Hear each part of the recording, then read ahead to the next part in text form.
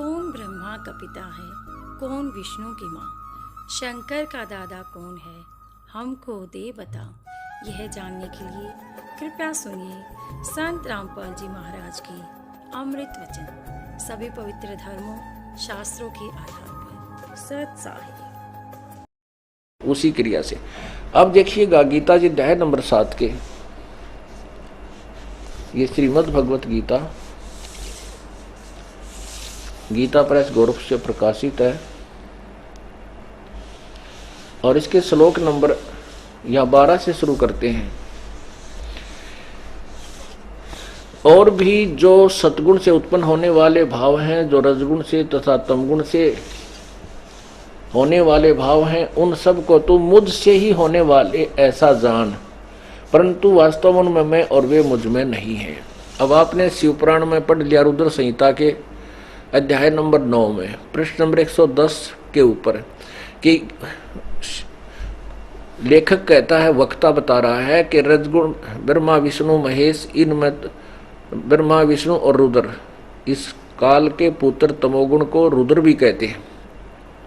ये अन्य रुद्रों से भी श्रेष्ठ एक नंबर का रुद्र है और कहते हैं इन तीनों में तो गुण है, परंतु वो शिव जो है वो काल, वो क्योंकि वो अपने वास्तविक रूप में नहीं आता, वो कभी विष्णु जी के रूप में आता है, कभी ब्रह्मा जी का रूप कर देता है, कभी शिव का रूप कर लेता है।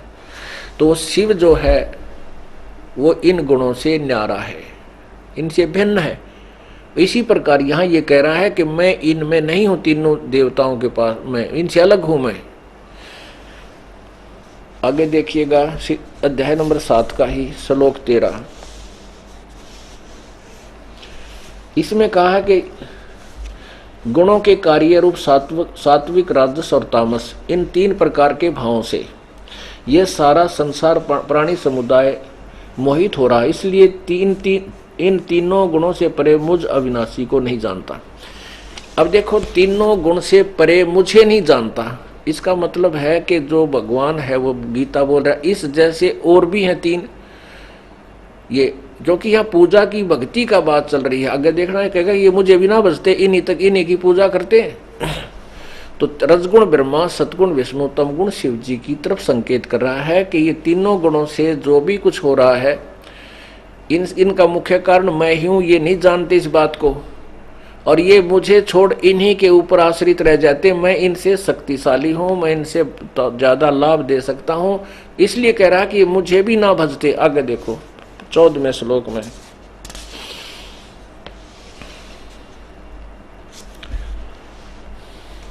हाँ 13वें श्लोक में आपने पढ़ा कि गुणों के कार्य रूप सात्विक राजस और तामस, तीनों प्रकार के भावों से सारा संसार प्राणी समुदाय मोहित हो रहा है। इन तीनों गुणों से परे मुझ अविनाशी को नहीं जानते। आगे देखो, अब 14 में कहा है, क्योंकि यह अलौकिक अर्थात अति अद्भुत त्रिगुणमयी मेरी माया ब्रह्मा विष्णु महेश के द्वारा फैलाया गया ये माया जाल बड़ा दुस्तर है, बड़ी दुस्तर है, खतरनाक है। और जो पुरुष मुझको निरंतर भजते हैं वो इस माया का उल्लंघन कर जाते हैं। क्या कहता है गीता ज्ञानदाता कि जो मेरी भक्ति करते हैं, ब्रह्म साधना करते हैं, वो इन ब्रह्मा विष्णु महेश से ऊपर उठ जाते हैं, फिर इनमें आस्था नहीं रहती इनकी। आगे देखना है, अब 15वें में कलम तोड़ दी मालिक गीता ज्ञानदाता ने। अब 7वें का 15, इस 15 में क्या कहा है कि माया के द्वारा, ओहो, इस त्रिगुणमयी माया ब्रह्मा विष्णु महेश के द्वारा फैलाए गए ये जाल के द्वारा जिनका ज्ञान हरा जा चुका है, वो आसुर यानी राक्षस स्वभाव को धारण किए हुए मनुष्यों में नीच और दूषित कर्म करने वाले मूढ़ लोग मुझे नहीं भजते। अब देखो, यहाँ भजन की बात है, साधना की बात चल रही है। तो इससे अतिरिक्त जो 3 और ब्रह्मा विष्णु महेश, रजगुण ब्रह्मा, सतगुण विष्णु, तमगुण शिव जी हैं, वो भी पूजा करते हैं लोग उनकी। इसलिए कहता है वो मुझे नहीं भजते, उन्हीं की से प्राप्त करने होने वाले लाभ के ऊपर आश्रित होकर के वो आगे उनकी बुद्धि नहीं सरकती, किसी की नहीं सुनते। तो वो मूर्ख राक्षस स्वभाव को धारण किए हुए मनुष्यों में नीच दुष्कर्म करने वाले मूर्ख, कट्ठे 3 गाल दे रखी हैं गीता ज्ञानदाता ने जो अन्य साधना करते हैं ब्रह्म से नीचे की, अर्थात अन्य देवताओं की। देवता माने प्रभु, अन्य भगवानों की। अब ब्रह्म भी प्रभु है, ये भी देव है, पर ब्रह्म भी देव है और कबीर भी देव है, वो भी परमात्मा है। कबीर महादेव है, कबीर परमेश्वर है। अब क्योंकि ये भी देव है इसलिए महादेव शब्द लगाना पड़ा, ये भी मालिक हैं इसलिए ईश्वर और परमेश्वर शब्द वो सुप्रीम पावर के लिए प्रयोग किया जाता है। ये परमेश्वर नहीं है। तो अब क्या ये दास जो समझाना चाहता है आप जी को कि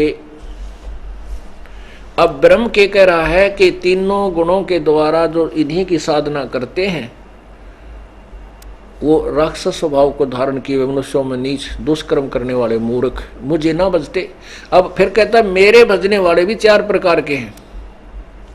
जो ब्रह्म साधना करते हैं वो 4 प्रकार के हैं। जो अन्य देवताओं की पूजा ना करके केवल वेदोनुसार ब्रह्म तक की साधना पर आश्रित हैं, उनके विषय में बताया है कि वो 4 प्रकार के हैं। एक आरत अर्थार्थी और जिज्ञासु और ज्ञानी।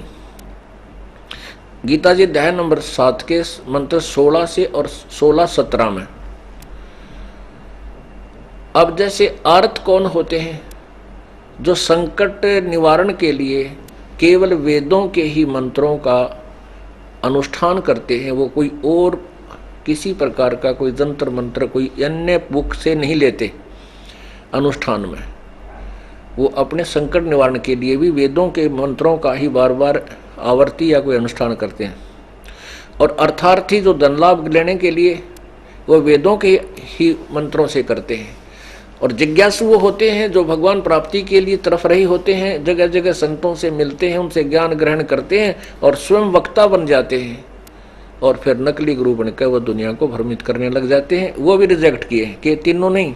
चौथे जो ज्ञानी हैं, ज्ञानी वो आत्मा है, पुण्यात्मा है, वो उन्होंने वेदों को पढ़ा, उनको ज्ञान हुआ कि मनुष्य जीवन बार बार नहीं मिलता और मनुष्य जीवन प्राप्त करके यदि हम सत साधना नहीं करेंगे, शास्त्र अनुकूल साधना नहीं करते हैं तो कोई लाभ नहीं। अन्य देवताओं की पूजा नहीं करनी चाहिए। ज्ञानी को इतना ज्ञान हो जाता है, लेकिन वो वेदों में लिखा है कि एक पूर्ण परमात्मा की साधना अनन्य मन से करने से पूर्ण मोक्ष प्राप्त होता है, जन्म मृत्यु सदा के लिए समाप्त हो जाती है।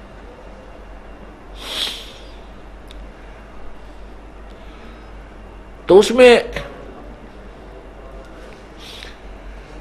उनको ये ज्ञान हो जाता है कि परमात्मा की मनुष्य जीवन मुश्किल से मिला है और इसमें एक ही भगवान की पूजा करनी चाहिए। उन्होंने वेदों को पढ़ा, वेदों में ये भ्रमित ज्ञान है, पूर्ण संत के बिना ना समझने से वो भ्रमित ज्ञान, उनको भ्रमित ज्ञान ग्रहण हो गया। वेदों में ज्ञान क्लियर है, स्पष्ट है, लेकिन पूर्ण संत तत्वदर्शी संत के बिना। संत रामपाल जी महाराज से जुड़े रहने के लिए God is one, Kabir is God channel को सब्सक्राइब करें। सत साहेब, सत साहेब।